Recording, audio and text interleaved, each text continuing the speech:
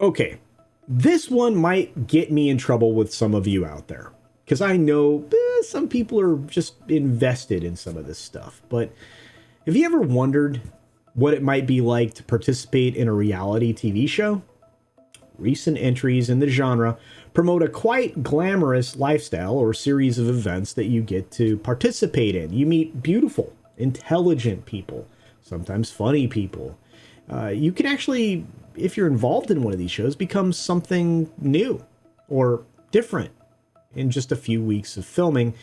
And it's all set inside a show that's filling a lot of households with wonder and speculation.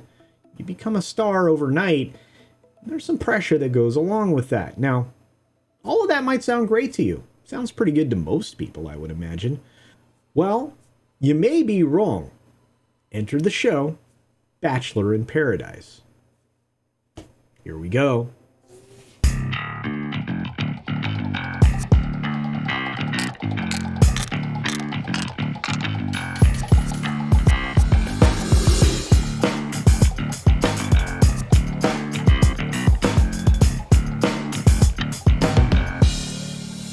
As I said, please bear with me on this one, okay?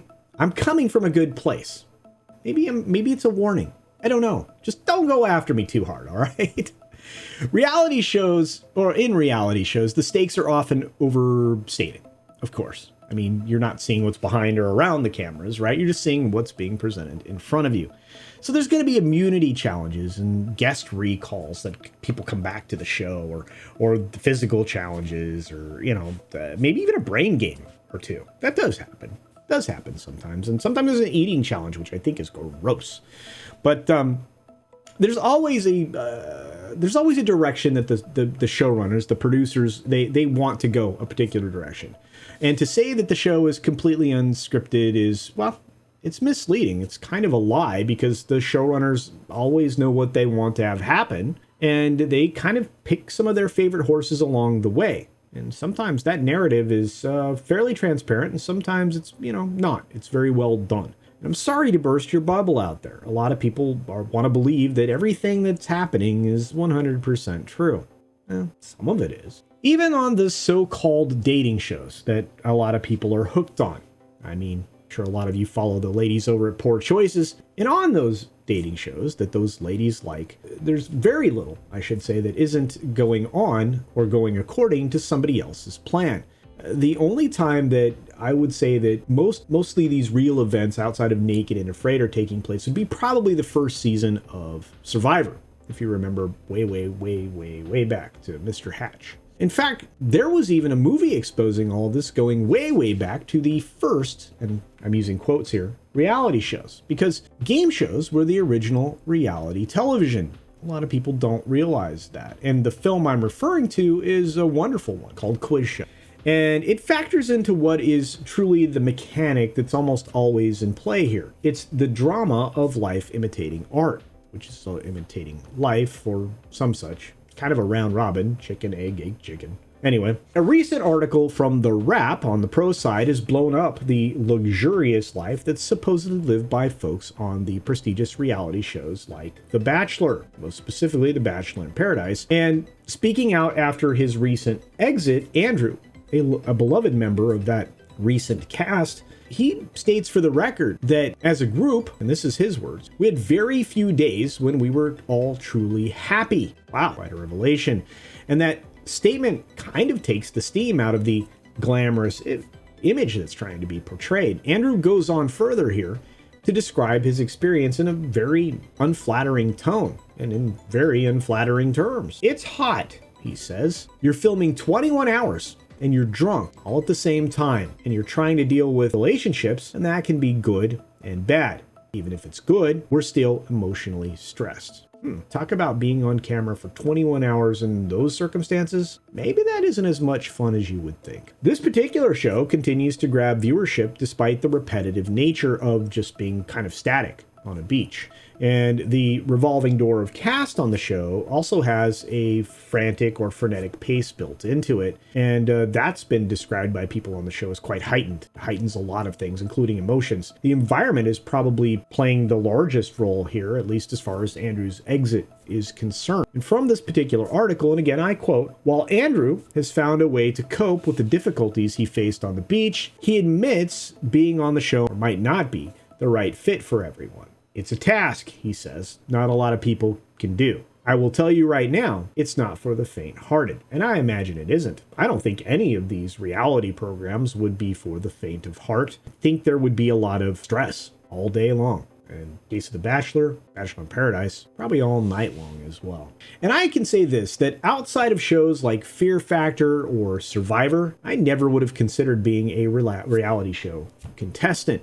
The casting process is a very unique animal if you're familiar with it. And beyond that, the shows themselves are pretty much being directed to a near predetermined outcome. I know that, again, pops a lot of people's bubbles here. It's kind of turned off a lot of the early audience too, because a lot of them have become quite savvy to that fact, and they really appreciated the open direction of things like Survivor and Fear Factor. I've also tuned out of most of these shows, as a matter of fact. I don't really get caught up in them anymore. Rather watch people on YouTube. They're just much more interesting. It's very authentic. Not a lot of places to go when you're on camera with a microphone and talking about stuff. That's my reality show. But anyway, what do you think?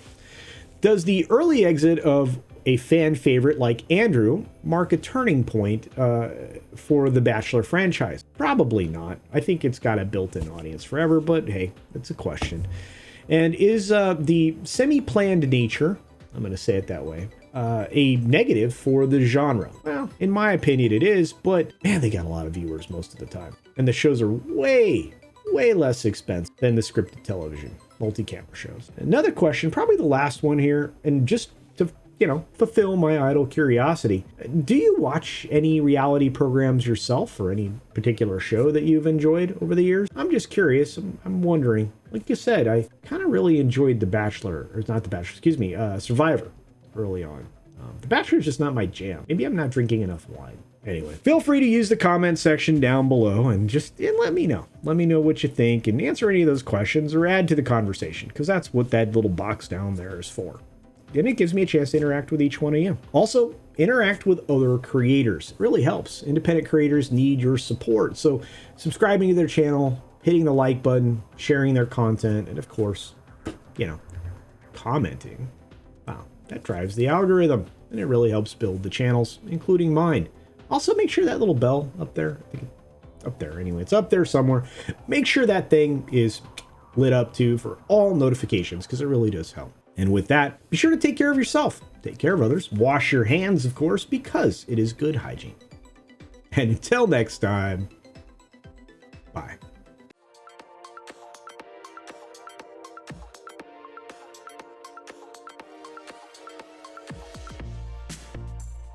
And don't forget to check out my Rumble at rumble.com/CultureCasino.